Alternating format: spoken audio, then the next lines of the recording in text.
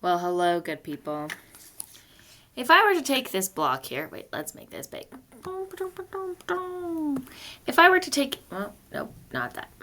If I were to take this block here, and I were to slide it across this book at a constant velocity, this spring scale will say something on it. But that's interesting, because we said, according to Newton's first law, that if something's moving at a constant velocity, it needs no outside force. And yet this spring scale is saying that it takes up a force of about, 2, 4, 6, maybe 7 newtons to pull this guy at a constant velocity. 0.7 newtons. Sorry, excuse me. About 0.7 newtons to pull him at a constant velocity. Ah, yes. It's because of friction. As I pull forward, as this guy moves forward, friction pulls back. And so this little guy actually does need an outside force so that the net force can be 0. Today we're talking a little bit about friction. And we are going to start by talking about what friction is. Friction, if you want a definition for it, is the force of resistance to motion between two surfaces that are in contact with one another. It's the force of resistance to motion between two surfaces that are in contact with one another. It's the force of resistance to motion between two surfaces that are in contact with one another. In case you didn't get the vibe, then you should probably write that down. Okay, when it comes to friction, you already have seen plenty of examples of friction in your own life. If you take your hands like this and you rub them together, then you get a little bit of friction there. You know that skiers wax their skis at the beginning of ski season. Why? It's to reduce the amount of friction between their skis and the snow so that they can move faster and they have less force that's resisting their motion. Air resistance can also be considered a type of friction because even though it's not surfaces that are pressing up against each other, you still have one object that is pressing up against the air, and those air molecules are pressing up against the object, and that creates a resistive force that resists the motion. We are going to focus in on two types of friction today. We'll have two types of friction that we'll concentrate on today.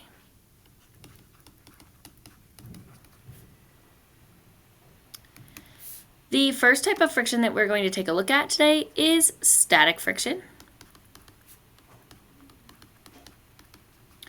And then the second type of friction that we're going to take a look at is sliding, or I like to call it kinetic friction.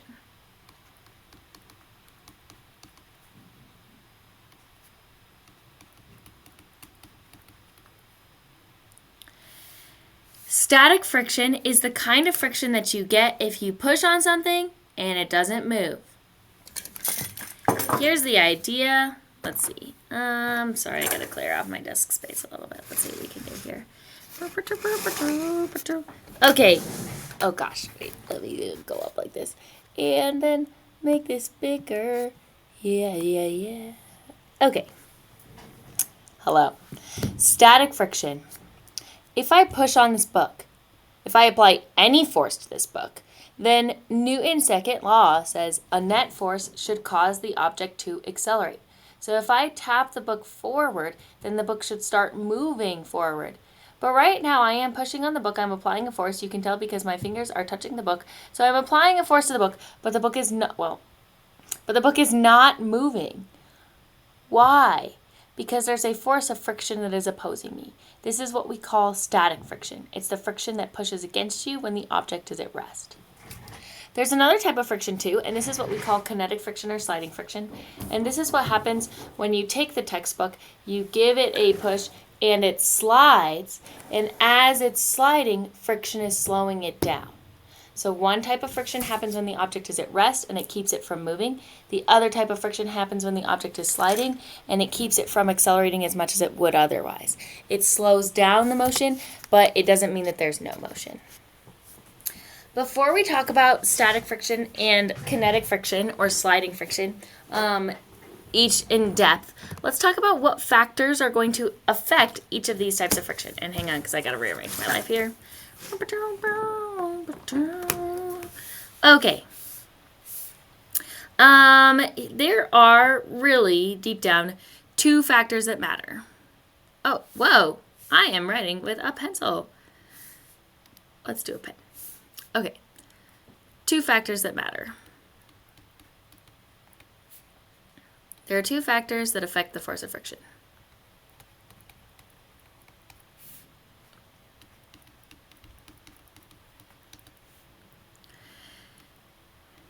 The first factor that affects friction is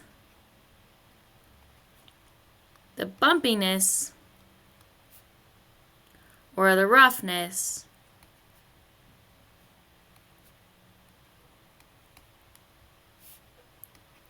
of the surfaces.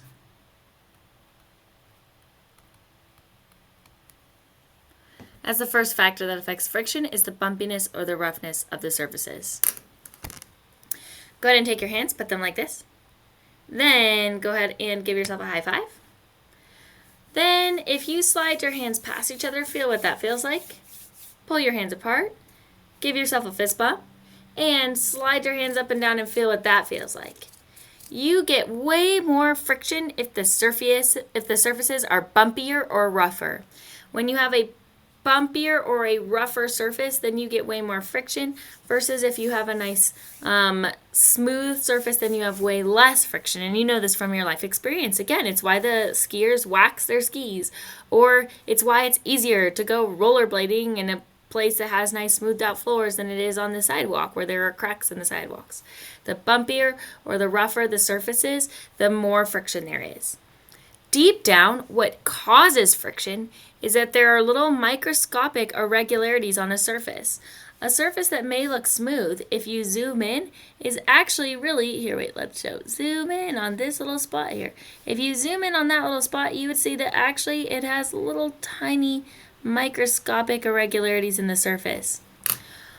When you have 2 surfaces up against each other, those microscopic irregularities get caught on each other, and it prevents it from really just sliding on forward. Kind of like if you take your knuckles like this and you press them up against each other, you'll see that they have difficulty one sliding past another.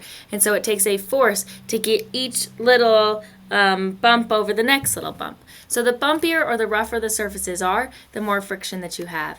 This is why we use things like sandpaper to sand down any like wooden materials or metallic materials. You get the idea. But it's because it's a rougher surface, and so then that rougher surface creates a little bit more friction, which applies a little bit more force to that surface. Okay. That's the first thing that matters. Here's the second thing that matters. The second thing that matters is how hard the surfaces are pressing together.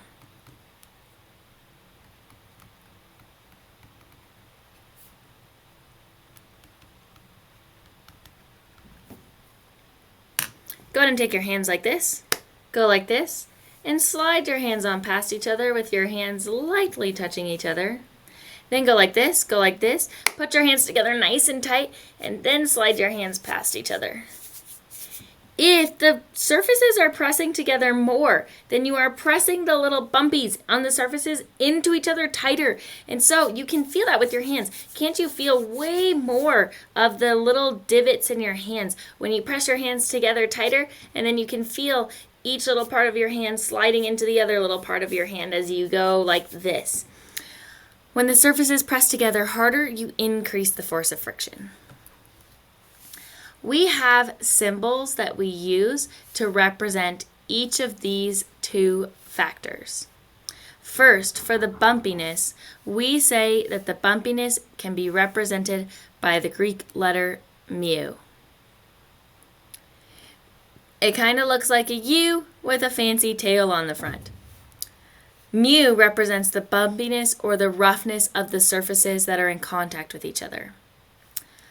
Finally, we can represent how hard the surfaces are pressing together with a force, because isn't pressing just a force? With a force that we call the normal force. I like to call the normal force the pressing force. It's literally just how hard one surface is pressing on another surface. The reason why we call it the normal force, a quick little side tangent here, is not because it's like a normal everyday force. It's because in math class, normal means perpendicular. So if the surface is going this way and the other surface is going this way, and we're talking about the normal force between them, the normal force from this surface is going up, and the normal force from this surface is going down. And so you can see that the normal force is perpendicular to the surface that causes it. So that is why we call it the normal force, is because it's perpendicular to the surface creating the force, and normal just means perpendicular. So there's your little side tangent there. So yeah. Okay, when it comes to static friction and sliding friction, each of these factors come into play, but they come into play differently. Let's start by talking about static friction. In static friction, give me a pen here. In static friction, we say that the force of static friction, because friction is just a force, the force of static friction is, I'm trying to see how I want to label this for you. Yeah, let's do this. The force of static friction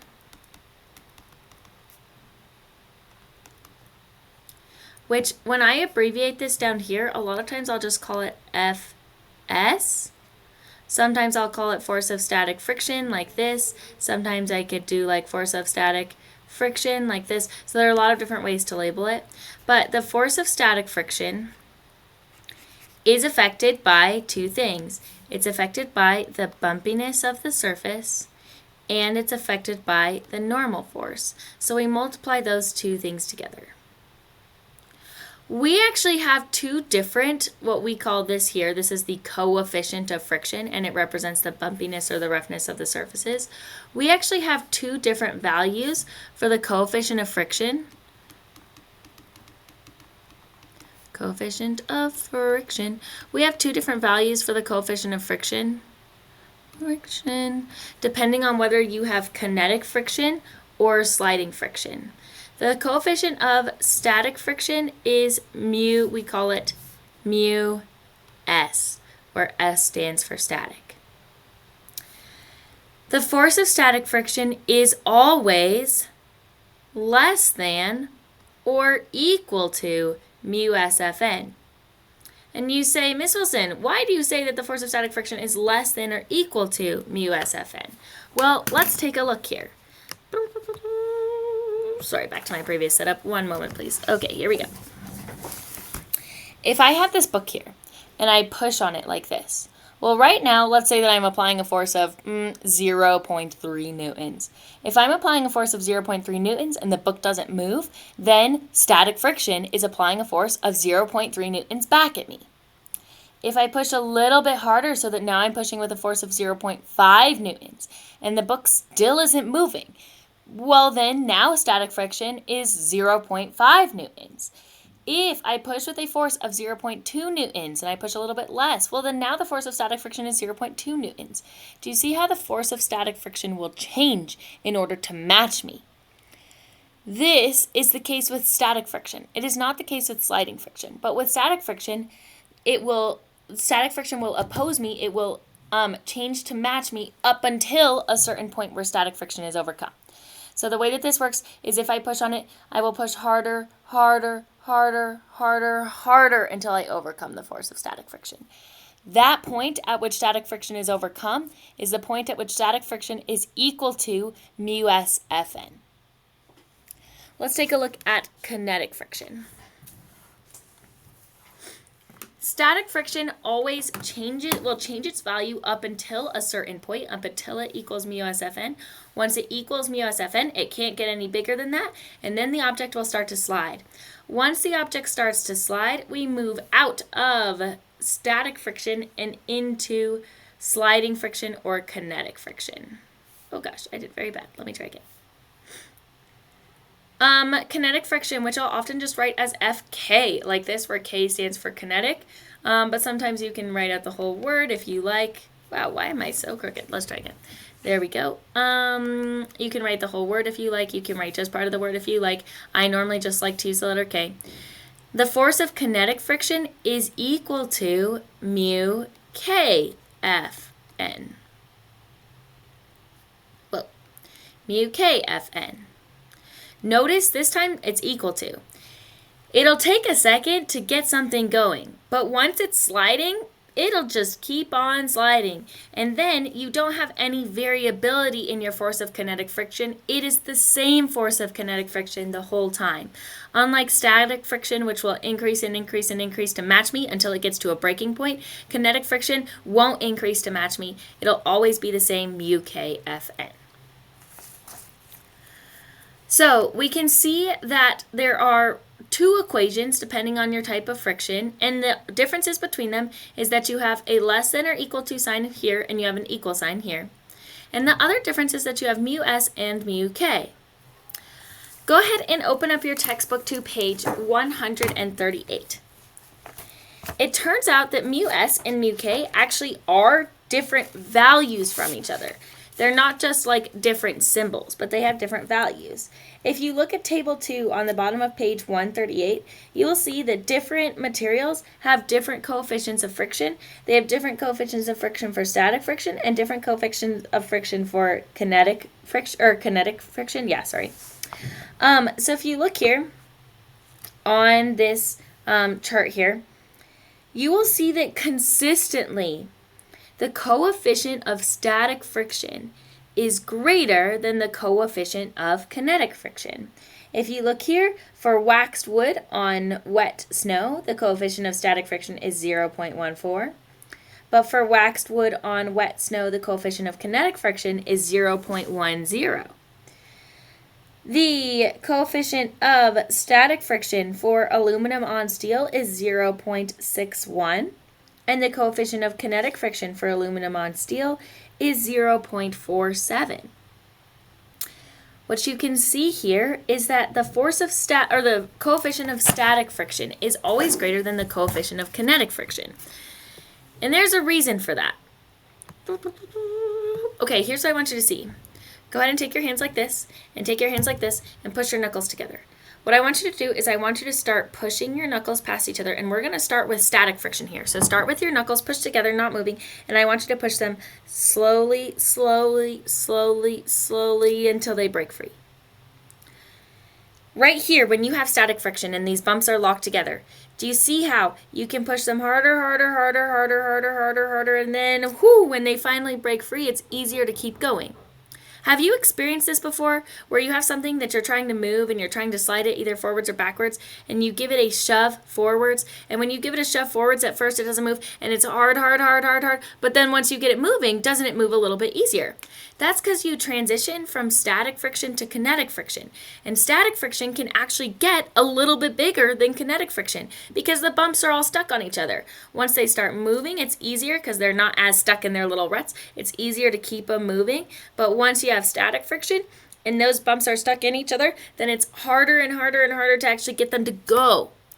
So the coefficient of static friction is generally greater than the coefficient of kinetic friction for any two surfaces that are pressed up against each other.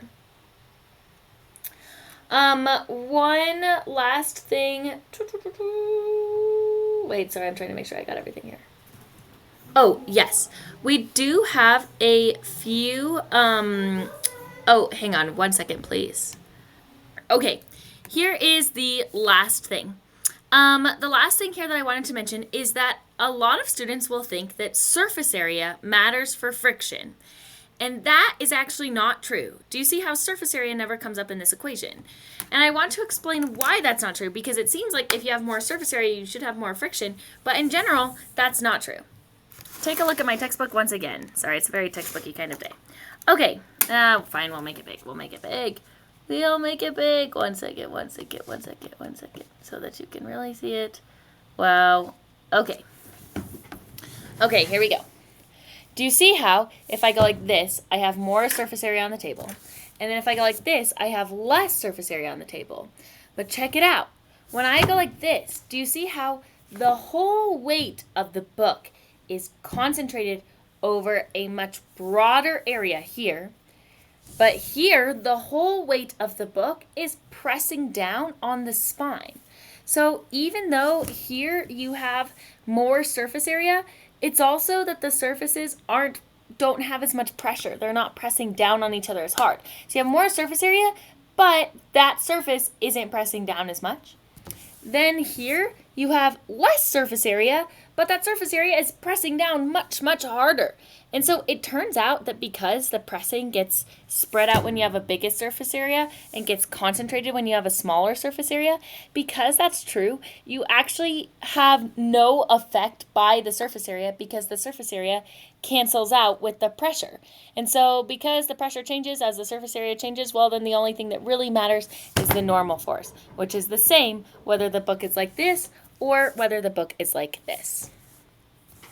So surface area does not matter, but the normal force or the pressing force between two surfaces does matter, how hard the book is pressing up against the table. And the bumpiness of the surfaces, which we represent with either mu s or mu k, depending on which situation we have, that also matters for the force of friction. We are going to go ahead now and take a look at a little practice problem. Please take your textbook and open up your textbook to page 139, which is very convenient since you are just on page 138 and they are together. Okay, wait, I have to get situated here. Okay, let's open up a new tab here. We're going to look at page 139, number 1. And it says here, once the crate in sample problem D is in motion, a horizontal force of 53 newtons keeps the crate moving with a constant velocity. Find mu k, the coefficient of kinetic friction between the crate and the floor. This is page 139, number 1. When we do this problem, and when we do any problem with net force, we are actually going to start by drawing what we call a free body diagram.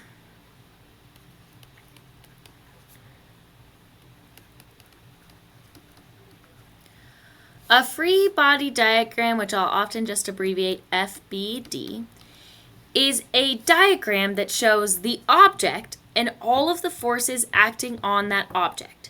It should show only the object and only the forces acting on that object and nothing else.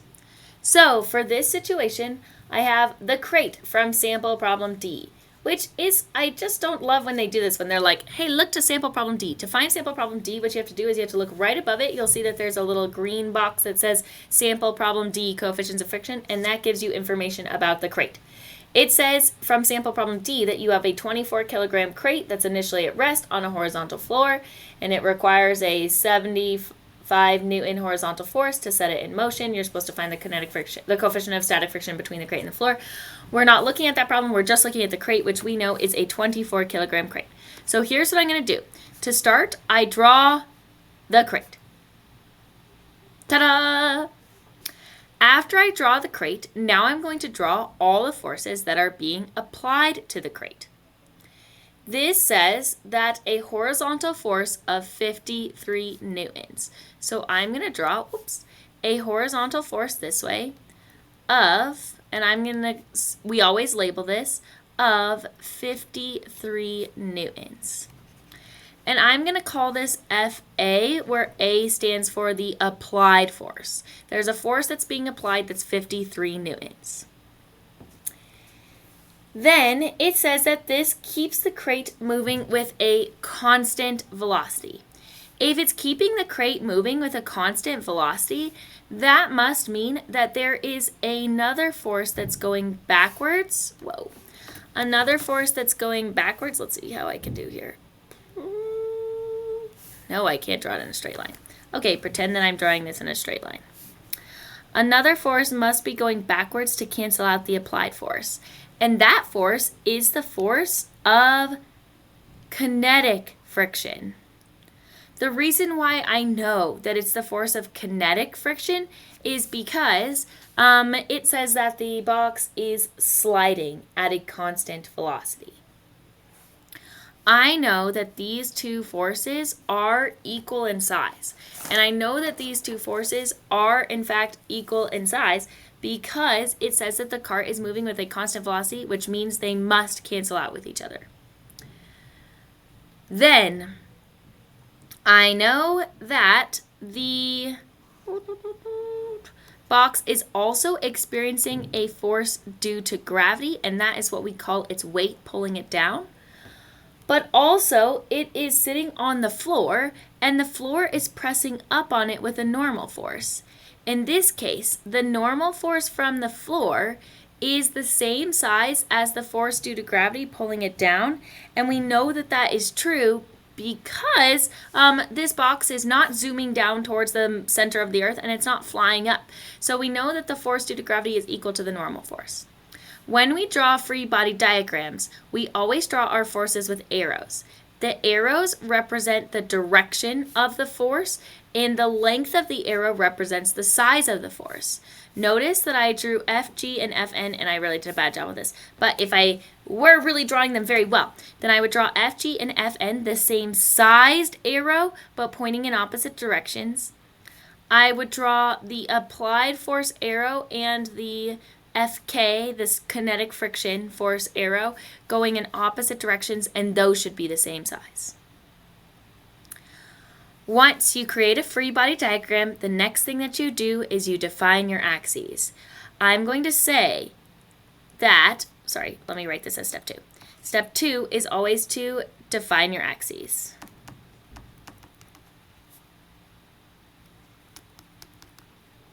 Oh gosh, whoa, that is embarrassing. Don't even look at that. Okay, that spelling was so egregious. I'm going to say that up is positive y, and that the direction of the applied force is positive x. Of course, you could choose this and change it to be what you would like, but you do have to take into account the y direction and the x direction because we have forces in both directions. One other thing I forgot to mention is that up here when you draw your free body diagram, this is also a great place to label your knowns and unknowns. I labeled this force on the diagram. You can also label it off to the side. We also know that the mass of this object of this crate is 24 kilograms. And so you can write this off to the side here. You should not write the mass on the free body diagram because it's not a force, it's a mass. Then you could write this off to the side or on your free body diagram if you wanted to. And it asks us to find the coefficient of kinetic friction, mu k. And so that's what we are looking for. And we put a question mark there. Okay, now we've drawn a free body diagram. We've defined our axes. The next thing that we do, this is step 3, is we are going to write a net force equation in both the x direction and in the y direction. So just like last time where you divided up in projectile motion your work into the x direction and the y direction, you're going to do the same thing here. Except this time, instead of writing the same equations that we did last time, and I'm going to actually move these to the side. Instead of writing the same equations that we did last time, you are going to write net force equations in each direction. To write a net force equation, you will write down which forces you are adding together and which forces you are subtracting. Sorry, let me make this a little bit bigger here so then we can get this erased and then we can move on with our lives.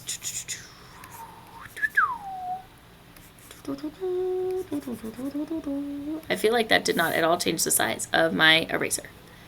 It did not for some reason. Okay. You got it? You're good? Okay. Okay. To write the net force in the x direction, we're going to say that there are two forces that together add to equal the net force in the x direction. First, there's the applied force, which I'm going to say is going in the positive direction, minus the force of kinetic friction, which is going in the negative direction. Together, those equal the mass of the box times the acceleration of the box in the x direction. That is Newton's second law. Notice how I write a net force equation and then I say the net force is equal to the mass times the acceleration in the x direction. This is my net force equation for the x direction, and that is step 3.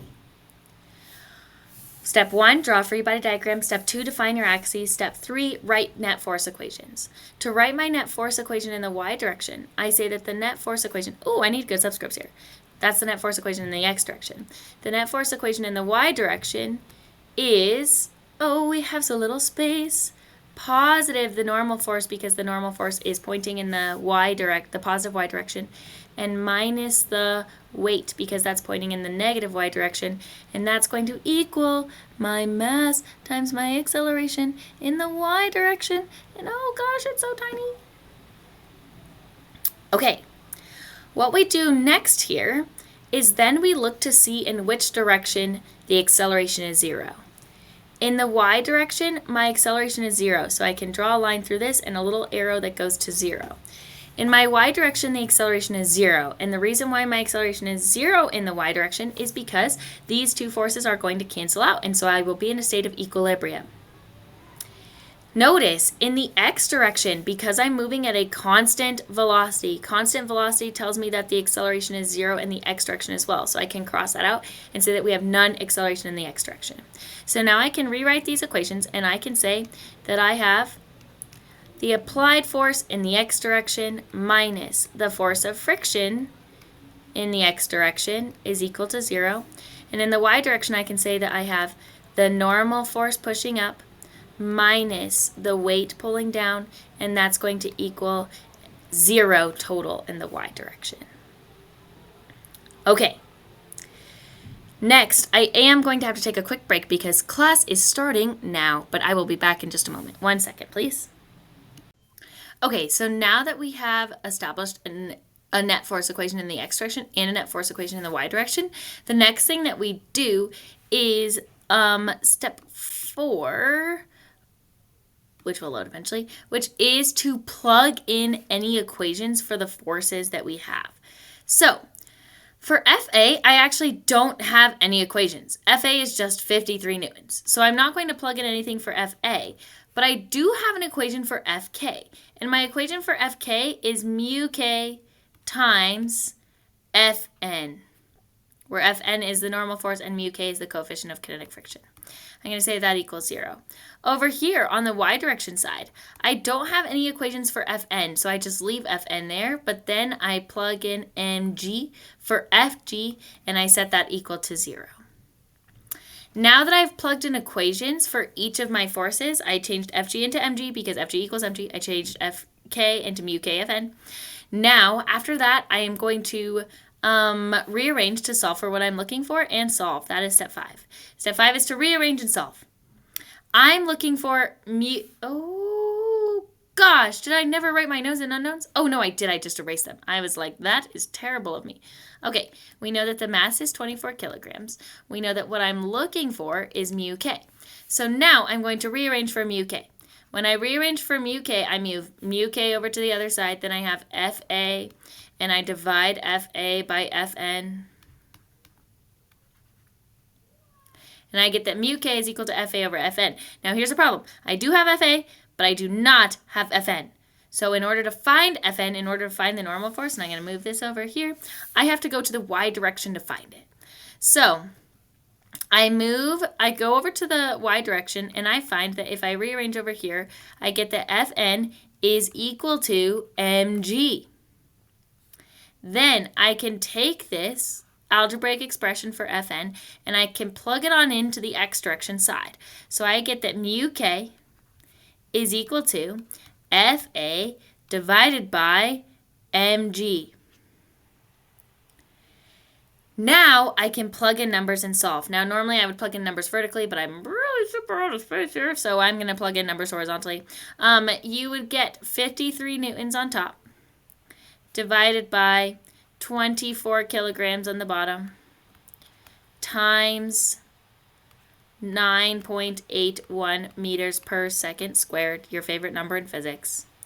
And if you plug this into your calculator, you would get, I'm cramming it in up here, which was really terrible, but you would never do something like this, 0.23.